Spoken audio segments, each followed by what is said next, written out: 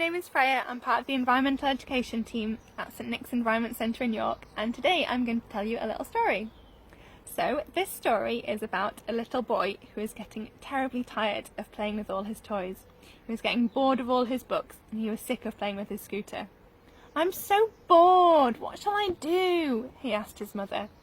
And his mother said, "Why don't you go for a walk and try and find a little red house with no windows and no doors and a star inside?" This really confused the little boy. Normally his mother was really good at coming up with suggestions of fun things to do, but this one just sounded a bit weird. "Well, which way shall I go?" he asked his mother. "I don't know where to find a little red house with no windows and no doors and a star inside." "Go down the lane, past the farmer's house and over the hill," said his mother, "and then hurry back as soon as you can and tell me all about your journey."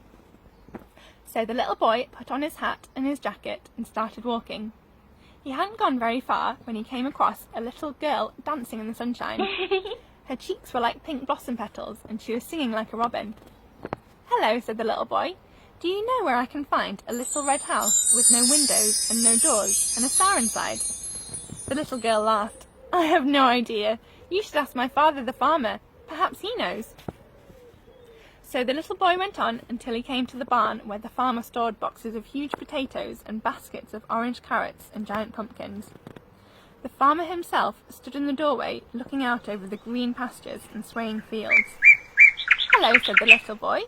"Do you know where I can find a little red house with no windows and no doors and a star inside?" The farmer laughed as well.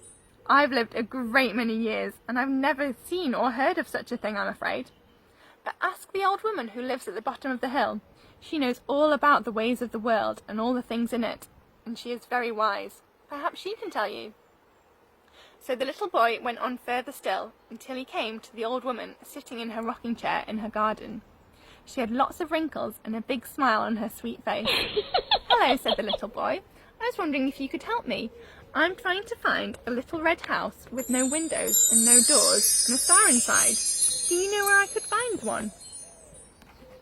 The old woman was knitting a very long scarf, and when she heard the little boy's question, she laughed so much that the ball of wool rolled out of her lap and all the way down the path. "That sounds like a lovely house, and I'd like to find it myself," she chuckled.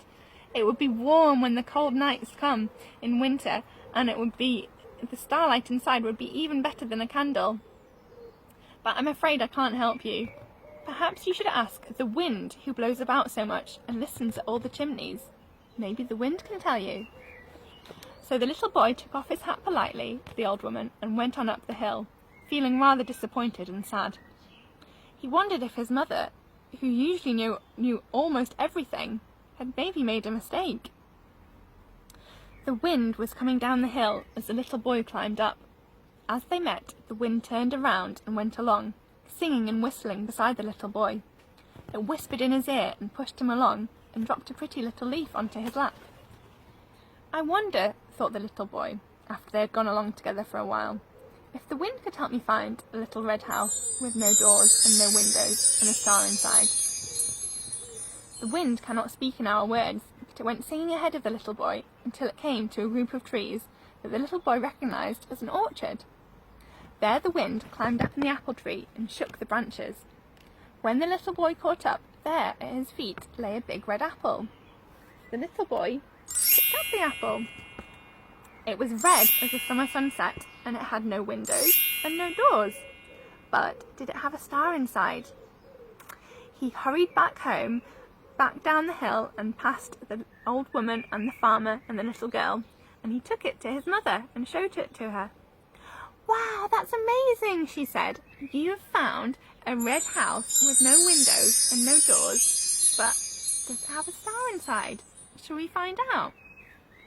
So the mother took a knife and sliced the apple in half, and then showed the little boy that it does have a star inside, and it has little brown seeds as well. And the mother said the best thing about this little red house with no windows and no doors and a star inside is that you can eat it. And they giggled together and ate the apple.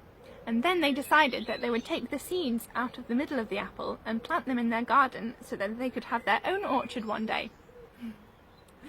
So there you go, that's our story for today. And I hope you enjoyed it. Come back again another time and we might be talking a little bit more about seeds and what you can do with them. Okay, see you later. Bye.